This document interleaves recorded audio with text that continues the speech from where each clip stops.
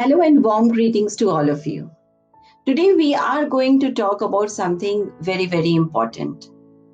Do you know that every year about 6.4 million pregnancies are terminated in our country? And every day about 13 women die because of some unsafe abortion related cause. Even those who survive, many go on to suffer lifelong some health related problems. And about 50% pregnancies are unintended, even those which go on to have a delivery. So, every time a woman suffers from some problem because of unintended pregnancies, which might not only be medical but also psychological, it brings out one thing which is lacking, and that is the lack of safe and effective contraceptive use. And that, my dear friends, is the crux of the matter.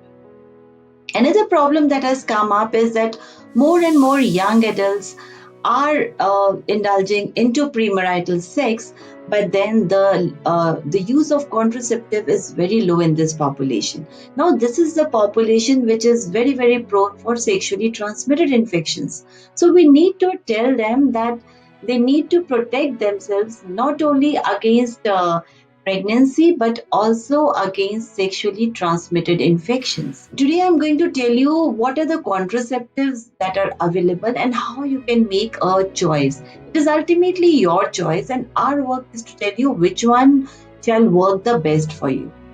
Now, the contraceptives can be the barrier contraceptives, it can be the hormonal contraceptives, it can be the intrauterine contraceptive devices, or it can be the permanent method. So let's begin with the barrier methods. These are the most commonly used contraceptives. These can be the male and the female condoms. It can be the diaphragm, the cervical cups, the spermicides, the sponge. These all act as a barrier to the sperm, so they prevent fertilization. Now, because they are very commonly used, we should know that these are the method which do not have a very good contraceptive efficacy, means that failure rate is very high.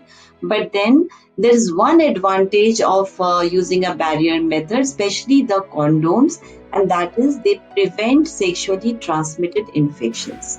These days, we advise young people to go for a dual method of use. That is, use a method like the condoms, which will protect you against pregnancy and the infections. But along with it, use another contraceptive method which will have a better contraceptive efficacy, that is, a lower failure rate, such as a contraceptive pills. So I come to the next method, which is the contraceptive pills.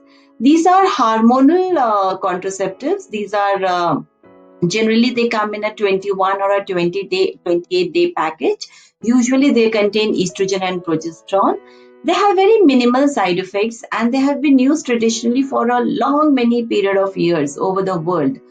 And the side effects are generally minor and they get better with time, but then you have to take it at a fixed time every day. If you are irregular in taking them, then the failure rate will increase. Otherwise, they have a very low failure rate.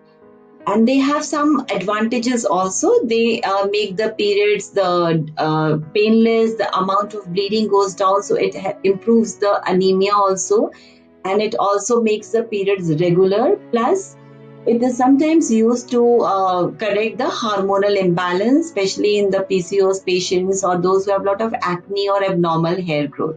But one thing you must know that the oral contraceptive pills do not prevent sexually transmitted infections. So, as I said previously, we must combine it with a condom or a barrier method. So, there is another category of hormonal contraceptive that I must talk about today, and that is the emergency contraceptive pill.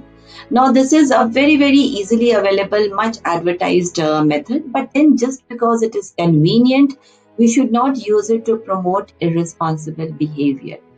It should be used only in exceptional circumstances in emergencies such as rape or if there is a slippage or breakage of condoms. And because they are very high doses of progesterone, they can cause adverse effects, and the return of fertility is almost immediate. So it doesn't mean that if you've used it once, it will protect you the whole month, or you can use it again and again. You have to be on another regular method of contraception, such as the hormonal contraception. So coming to the third method, which is the intrauterine contraceptive devices, these are again a very effective method. It's most commonly called as a copper T. It is usually they come for a duration of either 3 years or 5 years or 10 years, and they are used generally for putting space between two children. They are called the spacing methods. So the ideal candidate would be one who has already one child plus who is into a monogamous relationship. Because of that, it is generally not preferred by those who do not have any child. But then, as I said, it is a very effective method. There's a lot of bias against copper teas, but then it has minimal side effects, and there are some bleeding problems initially, but they can very easily be managed by medicine. And it should be the use of copper tea should be encouraged because it's just a one-time use. You don't have to use it daily. So once it is put there, it can last as long as for 10 years, depending on the copper tea you choose to insert. So the next method is the natural methods. The natural methods can be when you calculate your safe period. So now they are calculated according to your cycles. Now in the safe period you can have contact, whereas the unsafe period, which is normally in the mid cycle, one should avoid contact. Again, this method has a very high failure rate. The other method is the lactational amenorrhea method. Here, the woman who's just had a delivery and is breastfeeding is relatively protected from pregnancy. But then again, it has to be an exclusive breastfeeding to give you a good protection. The third method is a withdrawal method. Many young adults choose this method, but then again, this needs a lot of motivation and discipline. And once again, like all natural methods, this one also has a very high failure rate. All the natural methods should preferably be combined with some other methods, such as the barrier methods or the condoms. Unfortunately, the natural methods are used much more than the better and more effective other methods which I just described. So the last method which I would want to tell you is the permanent method. This is the sterilization method. Again, it is for both males and females. Either of them can go for this permanent method.